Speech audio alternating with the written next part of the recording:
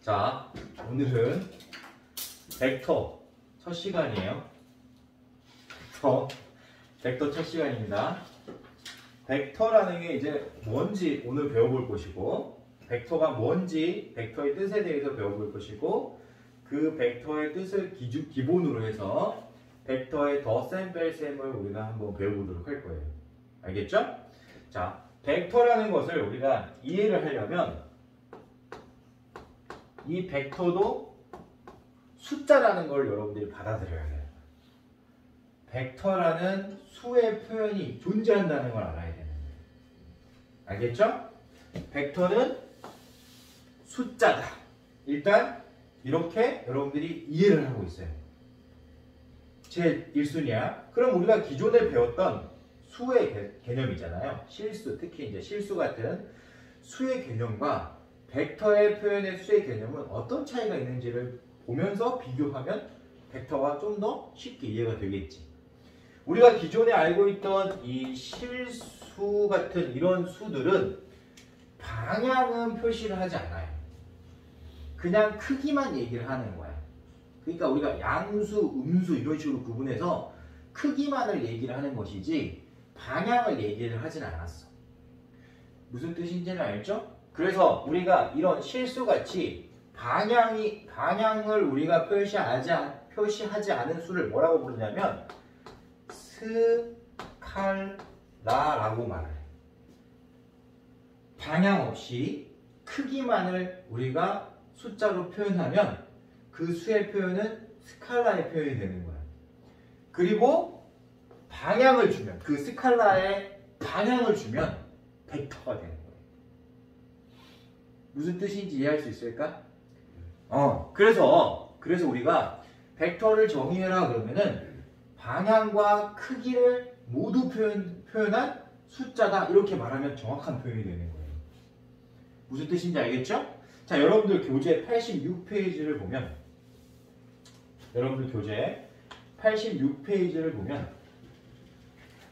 벡터가 뭔지 첫 문장에 나와 있어요. 속도, 힘과 같이 크기와 방향을 함께 가지는 양. 이해되겠지? 그러니까 우리가 숫자라고 생각을 하면은 실수처럼 크기만을 나타내는 수들의 표현이 스칼라고, 알겠죠? 거기에 방향을 같이 표현을 하면 벡터가 되는 것이다. 이렇게 이해하면 좋아요. 알겠죠? 그래서 우리가 기존에 쓰던 그 숫자의 표현에다가 크기에다가 방향을 줘야 되잖아. 그래서 벡터 쓸 때는 그 화살표가 있는 거예요. 숫자에 방향을 줘야 되기 때문에 화살표가 있는 거예요. 이 화살표는 방향 때문에 표현한 거예요. 그러니까 숫자인데 만약에 화살표가 있다. 그러면 걔는 벡터인 거야.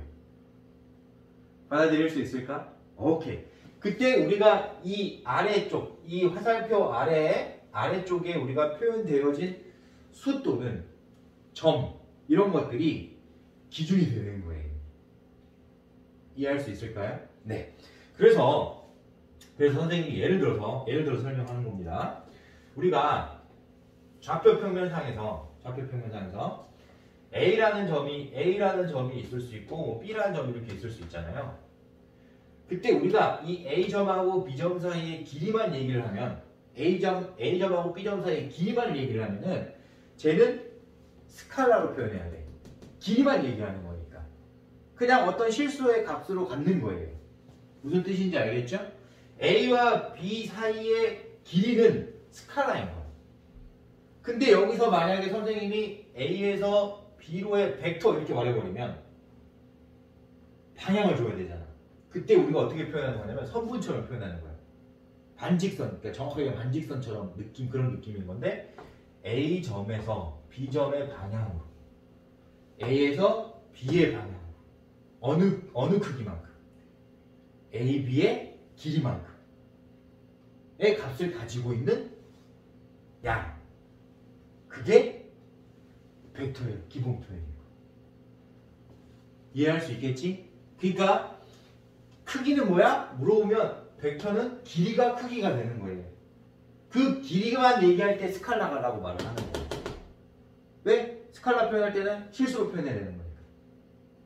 이해할 수 있겠지? 그래서 보통 길이를 얘기할 때 스칼라 표현을 해야 되는 거고 거기에 방향을 주면 벡터가 되는 거예요.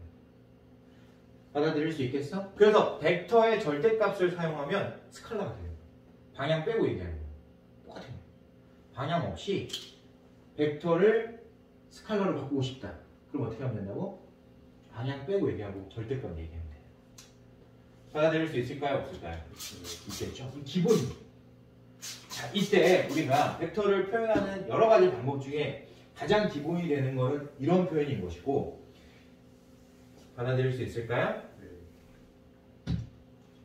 예를 들어서 선생님이 그 크기를 A점에서 이 B점까지 크기를 그냥 A라고 말할 수도 있는 거야. 그냥.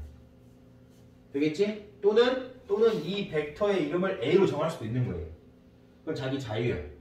근데 어찌됐든 벡터는 크기하고 방향을 가지고 있어야 되기 때문에 반드시 이렇게 화살표로 표시를 해야 돼. 근데 미리 배울 거니까 선생님이 그냥 알려줄게. 알았지? 보통 소문자를 벡터를 쓸 때 소문자를 사용하는 경우에는 보통은 다 위치 벡터인 거예요.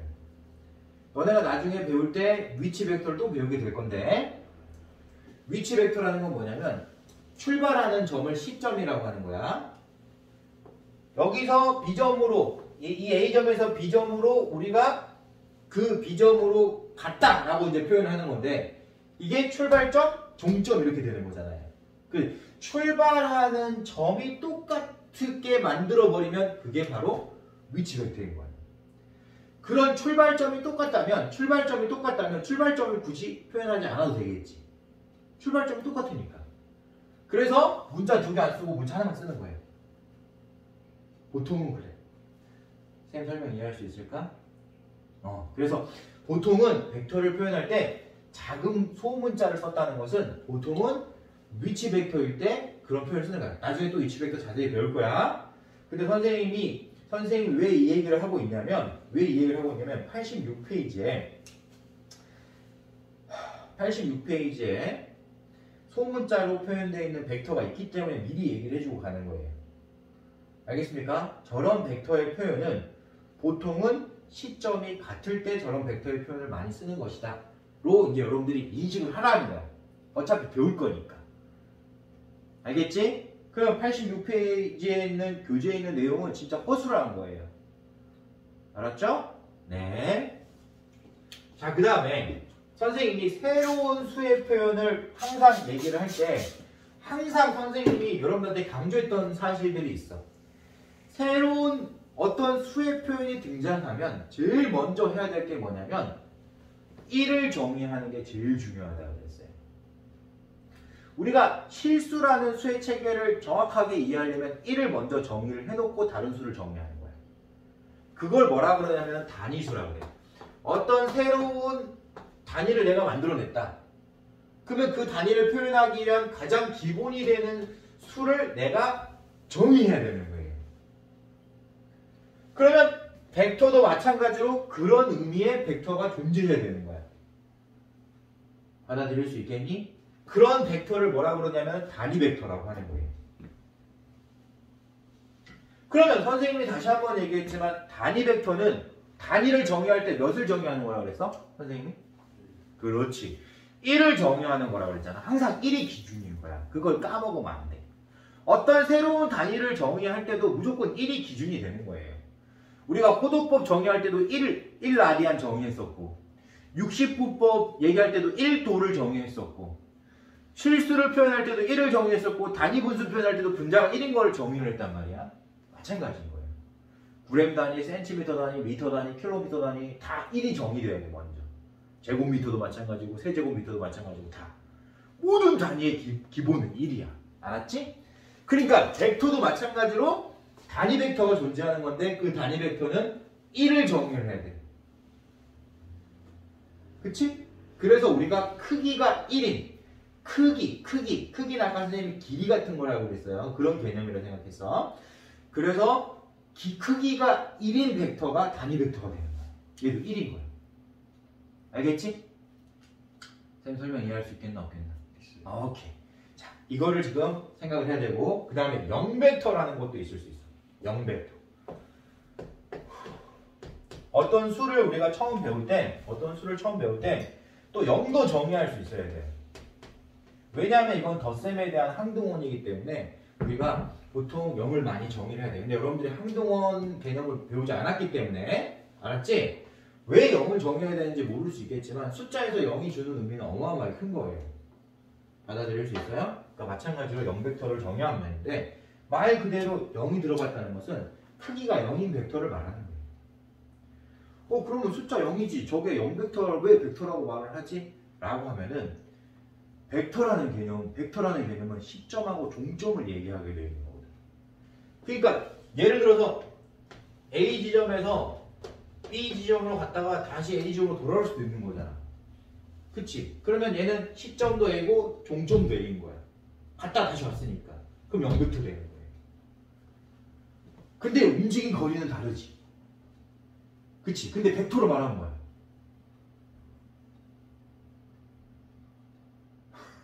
0인 거예요. 0벡터가 되는 거예요. 그러니까 그냥 0이라고 말하면 안 돼. 무슨 뜻인지 이해할 수 있을까 없을까?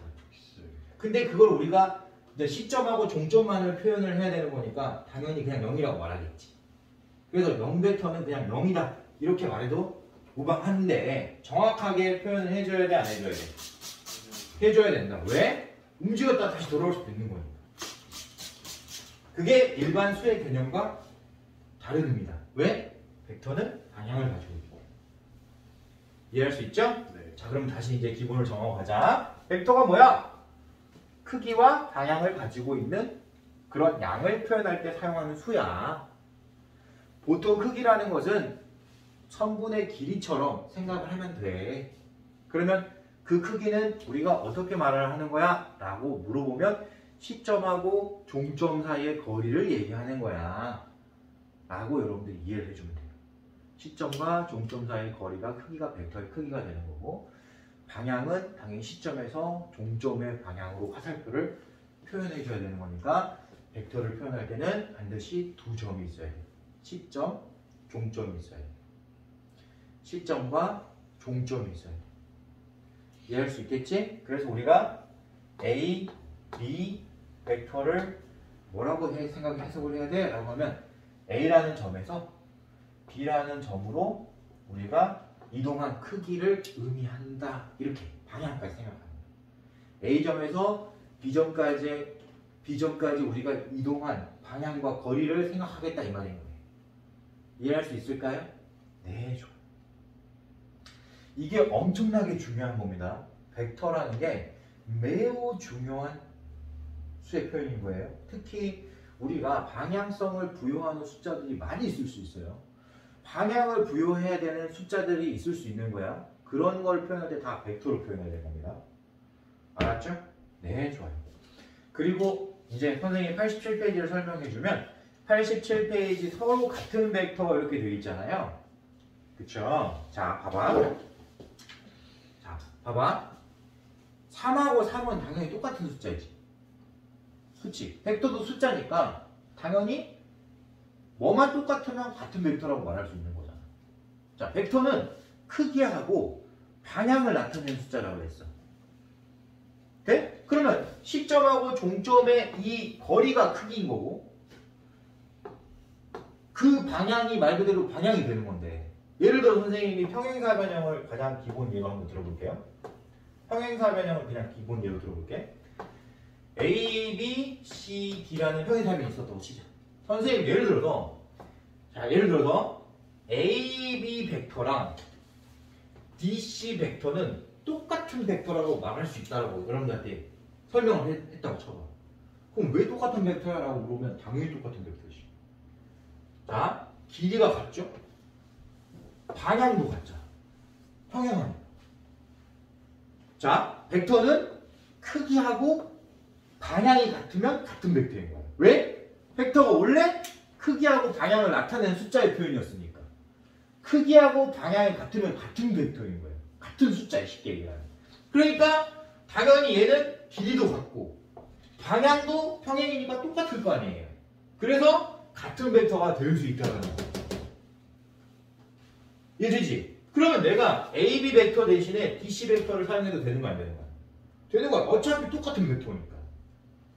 그러니까 벡터는 고정되어 있는 게 아닌 거야. 크기하고 방향만 같으면 아무데나 다 똑같이 같은 벡터로 사용할 수가 있어. 이해할 수 있을까 없을까? 그 내용을 지금 이번에서 이해를 해야 되는 거야. 왜 우리가 크기가 같은 벡터를 서로 같은 벡터를 배우느냐? 왜 같은 벡터를 배우느냐? 여러분들이 착각하는 거야. 착각하는 거야. 시점하고 종점 얘기가 나오면 착각하게 돼 있어. 얘는 시점하고 종점이 다른데 어떻게 같은 벡터에 이렇게 착각하게 돼 있다고. 그걸 선생님이 깨주고 싶은 거야. 벡터는 원래 처음에 만들어낼 때 크기하고 방향을 준 거지. 그거를 보라고 시점, 종점을 표현해 놓은 거고 실제 해석할 때는 거리와 방향을 보고 해석하는 거예요. 받아들일 수 있을까요? 없을까요? 있겠죠? 그래서 우리가 크기가 그러니까 같은 벡터를 우리가 이해하고 있어야 된다는 거예요. 그걸 이해하기 가장 좋은 도형이 뭐다? 평행사변형인 거예요. 평행사변형. 알겠지? 네, 좋았어. 그 다음에 3번 같은 경우에는 뭐냐면 우리가 부호가 다른 두 수의 개념하고 비슷한 거예요. 크기는 같은데 방향은 달라. 크기는 같은데 방향은 달라. 이 벡터는 우리가 어떻게 표현할 거야? 이걸 얘기를 해야 되겠지. 이해되겠어? 그래서 예를 들어서 AB 벡터랑 자, 크기는 똑같은데 방향이 다르다라고 하면은 뭐라고 말해야 되냐면 BA 벡터라고 말을 해야 되는 거예요. 그쵸? 쌤 설명 여기까지 이해할 수 있을까 없을까? 있어요. 있겠지. 근데 이걸 우리가 BA 벡터라고 말을 하지 않고, 그치? 부호는 방향이잖아. 방향을 바꿀 때 쓰는 게 부호를 바꿔버리는 거예요. 그래서 우리가 A, B 벡터의 부호를 바꿔도 똑같은 결과가 유도가 되는 겁니다. 무슨 뜻인지 알겠어요? 모르겠어요? 알겠습니다. 자, 우리가 보통 플러스 마이너스 개념 쓸 때 실수 개념에서도 마찬가지지만 방향을 바꾸고 싶으면 부호를 마이너스를 바꿔버리죠. 이해돼요? 방향의 전환이 필요하다. 그러면 어떻게 한다? 그렇지. 부호를 바꾸면 되는 거예요. 그러니까 부호가 바뀐 벡터는 방향이 다른 벡터다라고 해석을 하는 게 맞다라는 거예요. 받아들일 수 있을까 없을까? 있겠지? 자, 그거를 이제 여러분들이 지금 87페이지 3번에서 이해를 해야 되는 거예요. 받아들일 수 있나요? 네, 좋아요. 자, 그러면 89페이지 필수예제 1번은 여러분들이 충분히 그냥 누구나 이해할 수 있는 이론이니까 그냥 넘어가도 되고 90페이지 덧셈 뺄셈을 지금 선생님이 알려줄 건데 자, 벡터의 더하기 빼기는 실수의 연산처럼 이루어질 수가 없습니다. 그러니까 실수의 연산처럼 이루어지는 경우는 같은 방향일 때만 그렇게 되는 거예요. 이동이니까. 알았지? 시점, 종점 꼭 기억하세요. 알았죠? 그러니까 벡터를 우리가 더한다라는 개념과 그 다음에 뺀다라는 개념을 정확하게 이해하려면 또 마찬가지로 평행사변형이 필요해. 알았지? 자, 보자. 선생님이 쉽게 설명하기 위해서 평행사변형을 자꾸 이용하는 거예요. 개념을 이해하려면. 자, 보세요. 원래는 여기 A, B, C, D인데 여러분들 그냥 교재에 있는 대로 선생님이 설명하기 위해서 A점을 아래 하단에 준 겁니다. 보기 편하게 하기 위해서. 자, 내가 A에서 이 C점으로 가는 벡터를 표현하고 싶은 거야. 즉, 나는 AC 벡터를 표현하고 싶은 거예요. 근데 이 평행사변형이 나타내는 벡터만 이용해서 AC 벡터를 표현해야 된다고 만약에 치면. 그러니까 쉽게 얘기해서 A에서 C로 다이렉트로 못 가는 거야. 저기 가는 길이 없어. 이제 길이라고 생각을 해보자. 벡터는 어차피 시점, 종점 가야 되는 거니까. 그러면 A에서 C로 갈 수 있는 방법은 뭐죠? A에서 D로 갔다가 D에서 C로 가는 방법과 A에서 B로 갔다가 C로 가는 방법이 있겠지. 자, 이때 우리가 이걸 뭐라고 하냐면 A에서 D로 가는 벡터를 뭐라고 하냐면 AD 벡터라고 하는 거야. A에서 D로 가는 벡터를 AD 벡터라고 해. 이해할 수 있을까? 네. 좋았어. 그래서 너를 AD 벡터로 표현한 거야. 그러면 D에서 C로 가는 벡터를 뭐라고 그래요? 당연히 DC 벡터라고 하겠지. 이 두 벡터를 더하면 A에서 D로 가는 벡터에서 D에서 C로 가는 벡터를 더하면 우리는 결과적으로 그게 A에서 C로 가는 벡터가 될 것이다 라는 걸 알 수가 있는 거예요. 덧셈은 그 방향으로 가라는 얘기거든. 이해할 수 있겠지? 앞에가 마이너스면 반대 방향으로 가라는 얘기고. 그렇게 해석하면 되는 거라고 선생님이 알려줬잖아요, 조금 전에. 자, 그럼 얘도 같은 방법에 의해서 A에서 B로 가는 벡터를 AB 벡터라고 하고 B에서 C로 가는 벡터를 BC 벡터라고 하는 거니까 AB 벡터에서 BC 벡터를 더하면 결과적으로 AC 벡터가 될 것이다. 알 수 있는 거잖아요. 받아들여요, 못 받아들여요? 그렇지. 그러면 선생님이 나중에 위치 벡터에 대해서 설명을 할 거 아니야. 지금은 위치 벡터를 여러분들이 모르니까 그냥 이렇게 받아들이는 게 맞지만 선생님이 미언지를 주자면 얘는 지금 A에서 B로 가는 벡터, A에서 C로 가는 벡터, A에서 B로 가는 벡터 전부 다 시점이 A잖아요. 그쵸? 그럼 선생님 B에서 C로 가는 벡터는 시점이 다른데 그럼 안 된댔지. 조금 전에 뭐라고 그랬냐면 A에서 D로 가는 벡터랑 B에서 C로 가는 벡터는 같은 벡터라고 그랬어요. 쟤는 그냥 같은 벡터인 거야. 다른 벡터가 아닌 거야. 왜? 크기가 똑같고 방향이 같으니까. 자, 마찬가지로 D에서 C로 가는 벡터는 시점과 종점이 다른데 그러면 안 돼. 쟤도 A에서 B로 가는 벡터랑 똑같은 벡터가 되는 거예요. 받아들일 수 있어요? 그럼 보통 우리가 시점이 똑같으면 문자 하나만 쓴다 그랬지. 그 문자는 소문자로 표현하는 것이고 종점을 표현하면 돼. 그러면 얘는 지금 무슨 벡터가 되죠? D 벡터라고 표현하면 되는 거예요. 얘는 무슨 벡터라고 표현하면 돼? B 벡터라고 표현하면 되는 거예요. 그러면 BC 벡터도 뭐가 돼? B 벡터가 되는 거고 BC 벡터도 D 벡터가 되는 거예요. 그러면 결과적으로 AD 벡터를 D 벡터라고 표현할 수 있고 DC 벡터는 우리가 B 벡터라고 표현할 수 있지. 그래서 D 벡터하고 B 벡터를 더하면 무슨 벡터가 된다? C 벡터가 된다라는 것도 우리가 원리를 이해할 수가 있는 거예요. 이해되겠어? 네. 여러분들이 지금 알아야 될 게 뭐냐면 90페이지에 있는 이론이 왜 저렇게 되는지 알아야 되는 거야. 그러면 선생님이 지금 1번 삼각형을 이해하는 거랑 2번 평행사 변형을 이해하는 거는 둘 중에 누구를 지금 선생님 선호하겠어요? 그렇지, 평행사 변형을 선호하는 거예요. 왜냐하면 같은 벡터를 이해하는 게 중요한 거예요.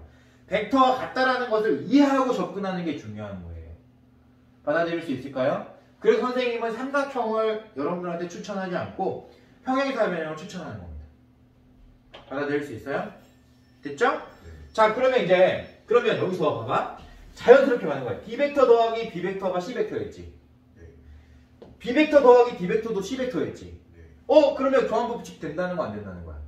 네. 자동으로 되는 거야. D 벡터하고 B 벡터하고 더하면 C 벡터였는데 B 벡터하고 D 벡터를 더해도 똑같이 C 벡터인데 방금 이렇게 가나 이해가 되잖아요. 근데 그거를 봐봐. 삼각형을 이용하면 저게 이해가 안 되는 거야.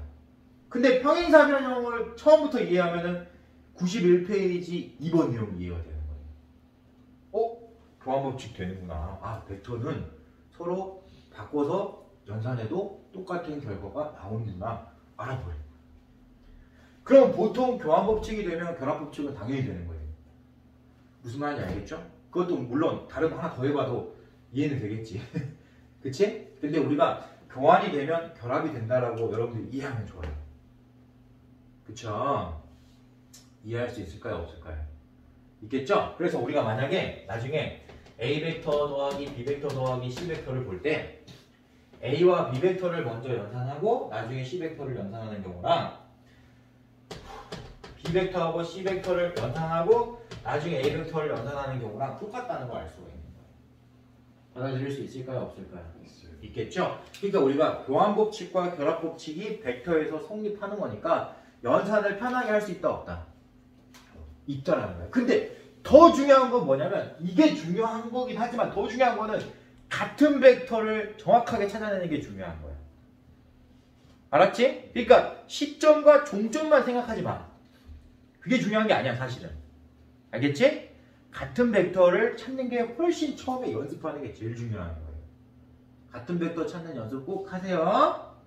그 다음에 91페이지 3번 내용을 보면 0벡터가 이제 참 요즘 교과 과정에는 이런 게 없으니까 선생님이 설명하기 조금 그렇긴 하지만